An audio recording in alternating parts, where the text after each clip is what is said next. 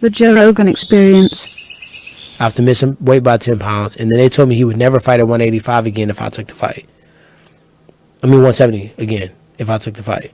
So he lost to me, missed weight, still got the tough coaching job, and on top of that, he was going to get a title shot had he beaten me. But why do you? So you again, it comes to this chip on your shoulder thing. You feel like everybody's against you. No. You do a little. I don't. I know you want me to, though. No, you do. This is what you're saying. It's the things that you're saying. I'm not saying that. I'm just saying that I know the deck of cards I got, and I know how to play these deck of cards. Well, what do you think the deck of cards is?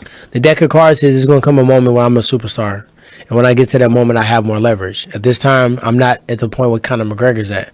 So if I gotta fight the #1 contender, and I can't vouch out the fight of George St. Pierre or Bisping or Conor or Nate at this moment, I'm going to keep whipping ass until I get to that point. Well, after George is beaten right now, George is in an amazing position, right? Yeah. George beats Bisping. If he wanted to, and he dropped the title, but if he wanted to come back and fight you for the welterweight title, that's a legitimate super fight right there. I mean, that makes a lot of sense. You think particularly coming off of his big fight. You don't think he does? Look, you tell me. You think George want to fight me? Look at your face. George had the chance. George had the chance to fight me before Bisping. He chose to fight Bisping. Well, maybe he felt like that was a better fight for him to come back with. It was definitely a better fight because if he would have came back against me looking like that, George would have been right back in retirement.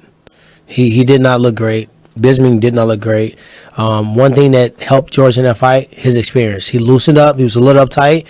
He hadn't been in the octagon, 4 years almost? A little over 2. Yeah, a little over 3, right? It was more than that, Was it 4? It was almost 4. It wasn't quite 4. It was almost 4. Because I fought November. UFC. There was the 25th anniversary. No, I think you're right. I think it was like 4. Because I fought Koscheck on that card. Yeah.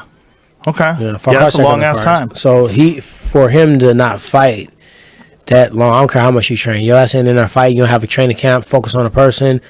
It's tough. So when he came back, I saw the experience kick in. He relaxed a little bit. That's when he faked and landed a left hook. Mm-hmm. Had he not relaxed, who knows what would have happened? You know what I mean? Right. Yeah. It was interesting because Bisping was tight, and I expected him to be looser. Big Bisping doesn't have the. He's not guys out, but he's not a guy that you're thinking of like a Rumble or Ngannou or myself or somebody, a one-shot or guy. Stevens, Jeremy Stevens, somebody that's going to touch you and it's over with. So with that said, he's a person that's going to be volume. He's going to be in your face, great conditioning. He's very durable, and George had to make that adjustment. He said, all right, I'm going to be an athlete on this guy. Mm-hmm. Let me fake him out. Let me get him thinking about the shot. I took him down twice. Let me get him thinking about it. Level change, come up left hook. Very smart move. And that's something that the experience of being a champion allowed him to do. Well, there was some talk about him fighting Conor, but I didn't hear any of that from the official people. Yeah. And him fighting Conor at 170 pounds would have been fascinating. It's in terms of it's a terrible matchup for Conor. Yeah. In terms of just physicality. But once again, risk and reward. What happens if you lose to the greatest welterweight of all time? Yeah. People going to torture him about it? Yeah, but Conor doesn't want to lose another fight right now.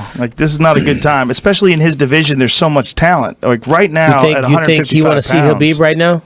That's what I'm saying. That's what I want to see. You think he would? Tony? What about Tony? Tony's the... If I was Conor, which I'm not, if I had to pick the fight, they both are going to be. Khabib might be a bigger draw because you got a huge 140-some million people in Russia. Might be a bigger draw, but they both are very annoying fights.